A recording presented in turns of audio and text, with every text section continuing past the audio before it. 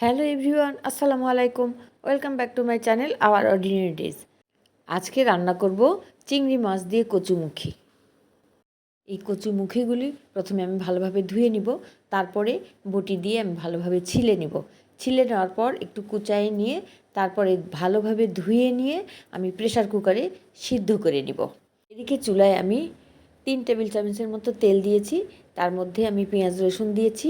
পেঁয়াজ রসুন তেলের মধ্যে একটু ভেজে নিলাম, তার মধ্যে এখন চিংড়ি মাছ দিয়ে দিলাম সামান্য পরিমাণে। চিংড়ি মাছ দিয়ে আবারও একটু আমি নাড়া দিয়ে দিব, নাড়া দিয়ে একটু ভেজে নিব।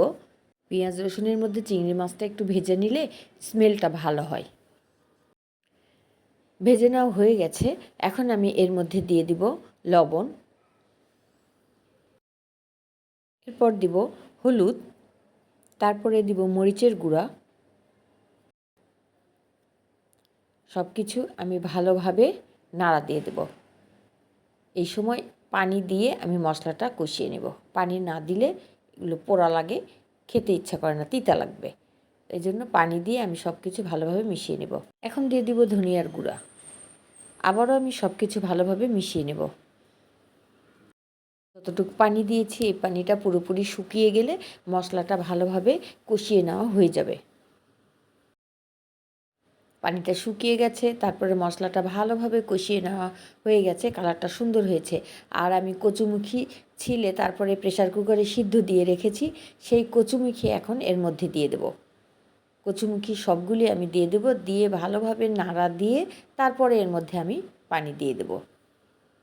কচুমুখী আমি ভালোভাবে এই মশলার মধ্যে কষিয়ে নেব, কারণ কষানো না হলে সেই তরকারি খেতে ভালো লাগে না।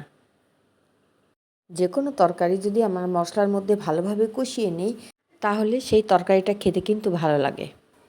এই কচু তরকারি আমি অনেকক্ষণ, প্রায় 10 মিনিটের মতো কষিয়ে নেব। এটা পুরোপুরি কষানো হয়ে গেলে তখন এই পানিটা শুকিয়ে যাবে, কচুমুখী ঘন হয়ে আসবে।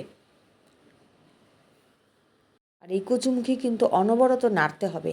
একটু পরপর যদি আমি নাড়া না দিই তাহলে নিচে কিন্তু পোড়া লেগে যাবে। আর নাড়ার সময় একটু সাবধানতা অবলম্বন করব, কারণ কচুমুখী একদম ছিটে উঠে হাতে ফোস্কা পড়তে পারে।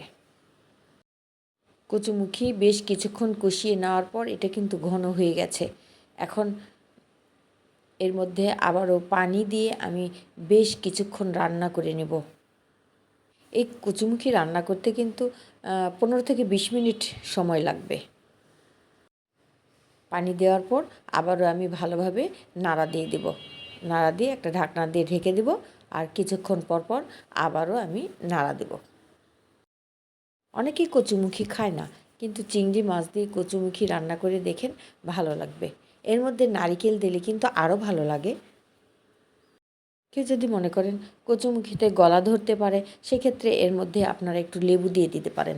প্রায় 20 মিনিটের মতো আমি টোটাল এই তরকারিটা রান্না করেছি। এখন হয়ে গেছে কচুমুখী। এখন লবণ ঝাল চেক করে দেখব। আমি চেক করে দেখেছি, সব ঠিক আছে। আর কচুমুখিতে মরিচ একটু বেশি দিতে হয়, তাহলে খেতে ভালো লাগে। ভিউয়ার্স, এই কচুমুখী রান্নার রেসিপি কেমন লেগেছে যদি ভালো লাগে আপনারা কমেন্ট করে জানাতে পারেন। সবাই ভালো থাকবেন, সুস্থ থাকবেন। আসসালামু আলাইকুম, আল্লাহ হাফেজ।